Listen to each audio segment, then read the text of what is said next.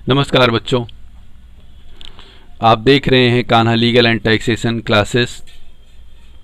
आज हम आपको बताने वाले हैं खातों के प्रकार, काइंड्स ऑफ अकाउंट्स। अकाउंट्स मुख्यतः तीन प्रकार के होते हैं। Number 1 personal account, number 2 real account, number 3 nominal account. Personal account के भी भाग होते हैं 3। रियल अकाउंट के 2 भाग होते हैं और नॉमिनल अकाउंट के भी 2 भाग होते हैं। पर्सनल अकाउंट में नंबर 1 आपका natural personal account. Natural personal account वह अकाउंट होते हैं जो किसी व्यक्ति के नाम से संबंधित होते हैं। जैसा कि लिखा गया है नेचुरल, राम, श्याम, मोहन, ये नेचुरल नाम है। इनके नाम का जो खाता होगा वो नेचुरल पर्सनल अकाउंट में आएगा। नंबर 2 है artificial personal account. Artificial personal account वह अकाउंट होते हैं जो किसी व्यक्ति के नाम पे नहीं होते हैं, वह किसी संस्था के नाम पे होते हैं, किसी बैंक के नाम पे होते हैं, किसी कॉलेज के नाम पे जो अकाउंट होते हैं आदि, वह आर्टिफिशियल पर्सनल अकाउंट कहलाते हैं। नंबर 3 है आपका representative personal account. Representative personal account में वह अकाउंट आते हैं जैसे आपने मजदूर से मजदूरी करवा लिया और उसकी मजदूरी अभी तक आपने दी नहीं है, तो ये आपका आउटस्टैंडिंग वेजेज है। हिंदी में इसको अदत्त मजदूरी कहते हैं। मीन्स आपने काम करवा लिया लेकिन उसकी जो है आपने मजदूरी नहीं दी, तो ये आपके ऊपर एक लायबिलिटी है, इसलिए आउटस्टैंडिंग वेजेज इसको कहते हैं। आप इसी तरीके से आपका प्रीपेड है एक्सपेंसेज, चाहे वो आपका मोबाइल का रिचार्ज प्रीपेड हो, चाहे आपका बिजली का बिल प्रीपेड हो, चाहे आपका इंश्योरेंस प्रीपेड हो या रेंट प्रीपेड हो, एडवांस में जाता है। तो ये जो हैं जिनकी आपने सुविधा नहीं ली है, आपने पे कर दिया है, ये प्रीपेड एक्सपेंसेस कहलाएंगे, यानी पूर्वदत्त खर्चे कहलाएंगे और ये खर्चे भी इसी में आते हैं। तो ये रहे आपके रिप्रेजेंटेटिव पर्सनल अकाउंट। इस तरह से ये पर्सनल अकाउंट 3 प्रकार का होता है। अब हम आते हैं रियल अकाउंट्स पे। रियल अकाउंट्स 2 प्रकार का होता है, जैसा कि नाम से स्पष्ट है, रियल, जो वास्तविक हो, इसको वास्तविक खाता भी कहते हैं।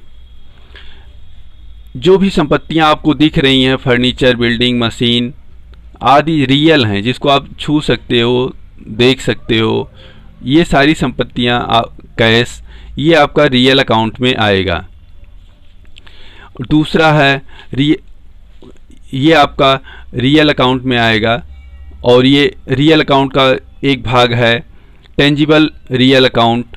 तो जो संपत्तियां आप देख सकते हो, छू सकते हो, संपत्ति, फर्नीचर, कंप्यूटर, बिल्डिंग, ये जो है आपका टेंजिबल रियल अकाउंट है। इसका दूसरा पार्ट है इनटेंजिबल रियल अकाउंट। वह संपत्तियां जिसकी वैल्यू होती है, बैलेंस शीट में दिखाई जाती है, लेकिन वो दिखती नहीं है, उसको आप छू नहीं सकते हो, उसको इनटेंजिबल रियल असेट्स कहते हैं। जैसे आपका ट्रेडमार्क, गुडविल, पेटेंट, कॉपीराइट, ये आपकी संपत्तियां हैं, इनकी अपनी वैल्यू होती है जिसको हम बैलेंस शीट में दिखाते हैं, लेकिन इसको हम देख नहीं सकते हैं, छू नहीं सकते हैं। तो ये मेरी संपत्तियां इनटेंजिबल रियल अकाउंट में आती हैं।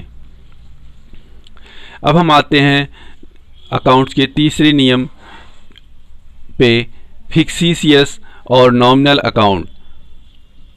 इसको हिंदी में नाम मात्र का खाता कहते हैं।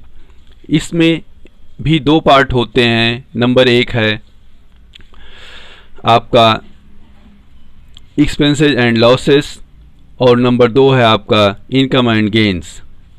तो हम पहले आपको एक्सपेंसेस एंड लॉसेस बताते हैं। कंपनी में कुछ ऐसे खर्चे होते हैं जो कंपनी से संबंधित होते हैं, वह आपके एक्सपेंसेज हैं और उसको इसी पार्ट में दिखाएंगे। और कुछ आपके लॉस होते हैं, जैसे आग लगने से लॉस, चोरी होने से लॉस, आपका बाढ़ आने से लॉस, भूकंप आने से लॉस कंपनी को जो होता है, ये लॉस आपको एक्सपेंसेस एंड लॉसेस के अंतर हम दिखाते हैं।